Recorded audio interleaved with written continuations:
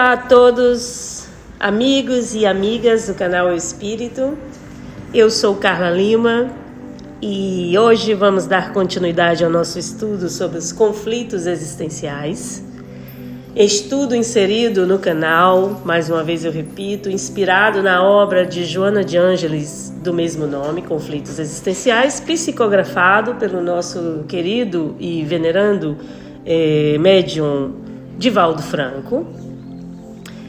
Nosso tema no áudio-vídeo e no estudo de hoje é o ressentimento. Então vamos falar sobre as causas psicológicas do ressentimento. Vamos falar sobre os efeitos perniciosos e os transtornos emocionais do ressentimento. E, claro, trazer a terapia libertadora dessa doença psicossomática que Joana de Ângeles nos apresenta tão fraternalmente.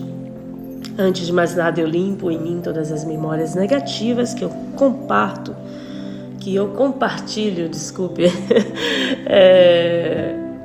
com cada um de vocês. Peço ao grande Espírito que limpe, purifique e transmute essas energias negativas em luz pura e amor, hoje e sempre. Bem, meus irmãos, segundo Joana de Ângeles, as causas psicológicas do ressentimento subjacente nos refolhos do inconsciente coletivo e individual da criatura humana, a necessidade do poder impõe-se como fator primacial para o autor realização, para o desenvolvimento da inteligência e da vontade, para a conquista pelo sentimento ou mediante a astúcia de tudo quanto o ego ambiciona. Essa ânsia do poder, inerente ao ser humano, pelo seu ativismo ancestral do processo de evolução animal, conforme Alfred Adler, é geradora de inúmeros conflitos quando não resolvida de maneira equilibrada. A luta pelo poder, desse ponto de vista, constitui um motivo essencial da existência humana na busca do seu bem-estar, da sua felicidade. Freud, mediante a sua psicologia negativa sobre a natureza humana, considerava a religião, ciência, moralidade como defesas elaboradas contra os conflitos humanos básicos que permaneciam ligados à agressão e à sexualidade. O seu paradigma opõe-se ao conceito de que o bem-estar, a felicidade, tem origem na natureza do homem e da mulher, não confirmando a possibilidade de que o ser humano possa nascer bom e nobre. Em realidade, para ele, todas as repressões dos conflitos básicos que resultam da ansiedade que proporcionam transformam a energia que funciona como o acionador dos comportamentos, conduzindo a sociedade a cultura e a civilização tanto à grandeza dos sentimentos como ao seu desvário. Não? Ainda na mesma visão, os sentimentos de elevação moral, fundamentados na justiça, na bondade, na generosidade, no amor fraternal, seriam destituídos de autenticidade, pois que essas manifestações superiores seriam geradas na personalidade. Resultariam, desse modo, da ansiedade produzida por esses mesmos conflitos básicos, em vez de terem sua procedência nas virtudes e nas conquistas pessoais. Mesmo a contribuição humana direcionada para a produção social, para o crescimento e edificação, tanto do indivíduo como do seu grupo, ainda seriam rescaldos da repressão dos impulsos violentos e homicidas, que estão transformados em gestos de grandiosa solidariedade e relevante edificação de valores morais, sendo uma forma de compensação dos impulsos para agredir ou para destruir as demais pessoas. E mediante essa formulação, inexistiriam na natureza humana a bondade intrínseca. a herança da evolução superior. Tudo reduzido aos conflitos ancestrais que se fixaram nos instintos básicos do indivíduo.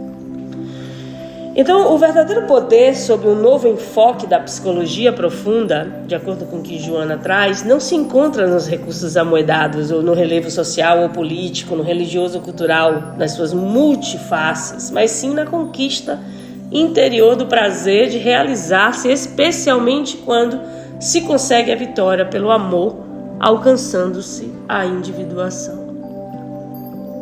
O sentido do poder, conforme Adler, que superaria o sentido do prazer proposto por Freud, deveria avançar no rumo do sentido de existir, conforme Viktor Frankl apresentou, examinando-se, porém, o exclusivo sentido do poder toda vez quando o indivíduo se sente defraudado na sua ambição desmedida, rebela-se, permitindo que o ego seja atingido e subestimado, gerando sentimentos controvertidos de ódio, de rancor e de ressentimento. Igualmente, isso vai ocorrer com a frustração sexual. Nessa oportunidade, fazemos essa observação.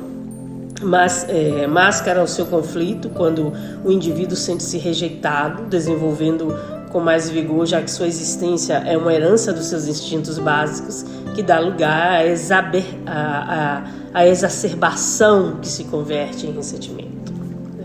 O animal macho, por exemplo, rejeitado ou não aceito pelo animal fêmea, agride-a. Fenômeno que nós estamos visualizando cada vez mais na sociedade atual. Existe um grande número de feminicídios através desse mesmo fenômeno de rejeição.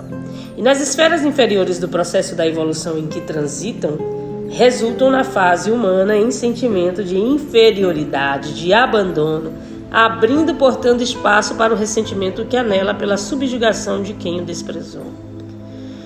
Alojando-se na mente e na emoção, a fracassada possibilidade de manipulação do outro transforma-se em surda e covarde expressão de vingança disfarçada, que deseja o desforço mediante a infelicidade daquele a quem considera como seu opositor. Vamos observar aí o quanto de atual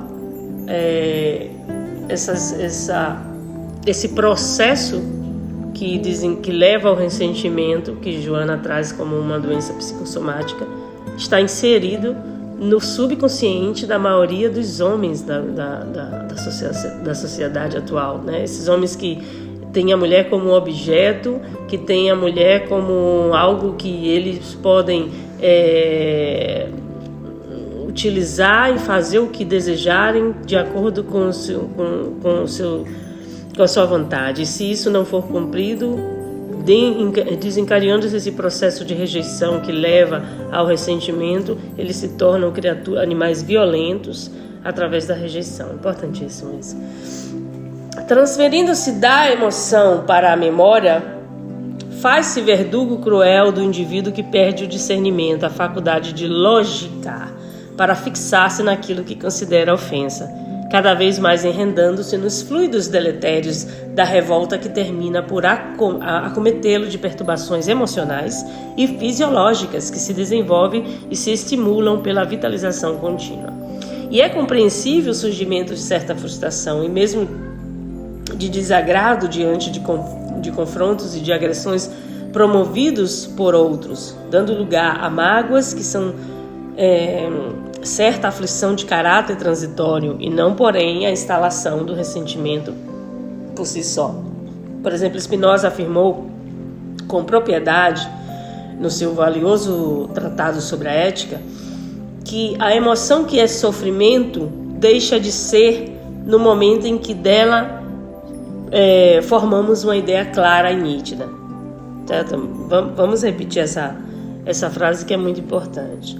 A emoção que é sofrimento deixa de ser no momento em que dela formamos uma ideia clara e nítida, ou seja, o entendimento da emoção, o entendimento da dor, nos leva a ter um raciocínio mais lógico e claro e dissolver esse processo de sofrimento. Enquanto fixada em algum dos instintos básicos, a emoção é geradora de sofrimento. em face dos impositivos de que se reveste como fenômeno sem controle, como o capricho, decorrente da imaturidade psicológica em que nós, seres humanos, nos encontramos. O sentido do existir proporciona uma visão profunda do amor que a tudo e a todos compreende, agitando-se ao longo das experiências vivenciadas no nosso cotidiano, que proporcionam um crescimento emocional e, consequentemente, um controle das paixões. O ser humano, em face da sua procedência espiritual, é portador do anjo e do demônio em latência. Eu aqui no canal tenho um vídeo falando sobre a nossa condição de sermos seres de luz e trata exatamente dessa nossa condição humana de ter as sombras e a luz em nosso interior. Somos portadores do anjo e do demônio em latência em nós.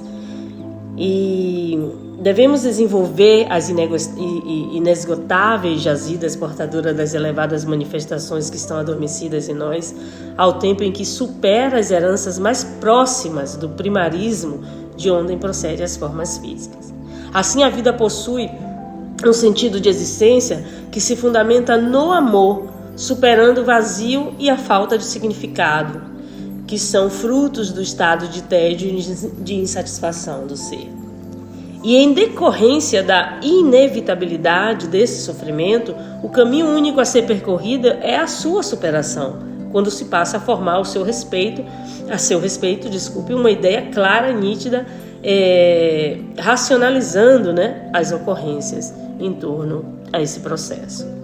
O ressentimento permanece como um especial arquétipo sombra dessa densa, um arquétipo sombra densa, dominando os sentimentos humanos, aumentando o comportamento conflitivo, quando seria ideal liberá-lo da conduta, mesmo quando iniciando os passos de equilíbrio e da afirmação dos seus valores éticos, dos quais decorrem o bem-estar, a saúde, em várias expressões, alcançando o equilíbrio do ser.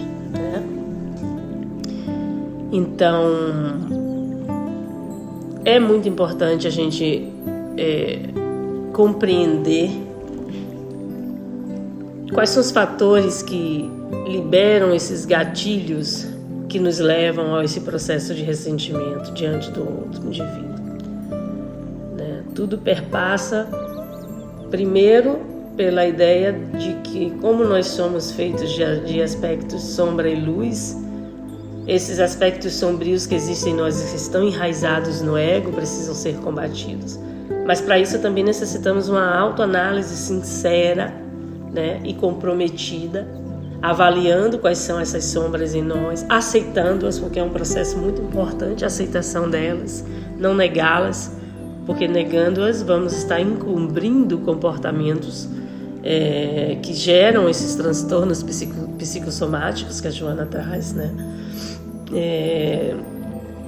Então é necessário que a gente tenha essa disciplina, insira essa disciplina em nosso cotidiano, a autoobservação, a identificação dessas sombras, a vontade férrea e contínua de trabalhar essas sombras em nós. E como, Carla? Através da meditação, somente sentando em silêncio, treinando a mente para esse diálogo sincero com o teu interior, com o teu universo interno, é que nós vamos conseguir receber no nosso cotidiano também dos amparadores espirituais, que nós não estamos sozinhos em nossa experiência, todos sabemos disso, Então vamos tomar consciência e posse desse poder de comunicação que a gente tem e que é um canal para receber a ajuda, do ser humano, através da nossa própria consciência, do silêncio com a nossa e nessa interconexão com o nosso próprio eu real, recebemos insights importantíssimos para a cura, para a autocura desses conflitos. Não deixando de deixar claro aqui para vocês que existem diferentes graus de consciência que auxiliam nesse processo de autocura. Nem todos os indivíduos estão preparados para fazer esse processo sozinho, esse percurso de autocura sozinho. Então, claro, vai necessitar também da ajuda de outros profissionais, existem pessoas que estão completamente incapacitadas de fazer esse passo sozinho. Hoje, através da conscienciologia, através das terapias alternativas, da medicina holística, né, de uma psicologia mais amparada pela espiritualidade, existem diferentes e inúmeras ferramentas que conduzem os indivíduos a se auto-aplicar exercícios e técnicas que levam a consciência à cura, né, dessas emoções, desses sentimentos. No entanto, existem pessoas que não estão preparadas, necessitam de um apoio muito mais profundo nesse sentido. Então, eu quero que isso fique claro aqui, que mesmo trazendo o estudo, e que a maioria dos estudos, como terapia, Joana nos traz sugerências de cura, é necessário também saber que a interferência de alguns profissionais são necessárias em determinados casos. Cada caso é um caso, precisa ser analisado. Vale? Então, meus irmãos, eu vou parar aqui esse estudo. Vamos fazer em 2 partes para que a gente possa ficar com um vídeo mais curtinho, né? Para poder vocês aproveitarem melhor, assimilar melhor. Peço que vocês escutem com calma, 1, 2, 3, quantas vezes forem necessárias para a compreensão do conteúdo. Não deixem de assinar o nosso canal, tá? Que é necessário esse movimento de vocês para que a gente possa continuar dando mais ênfase, expandir para esse conhecimento para outras pessoas. Se você gostou do conteúdo, dê um like, compartilhe com as pessoas e não esqueça de acionar o sininho também para ser avisado dos novos conteúdos que serão subidos no nosso canal. Até a próxima, já a gente vai postar também a continuação do estudo. Namastê.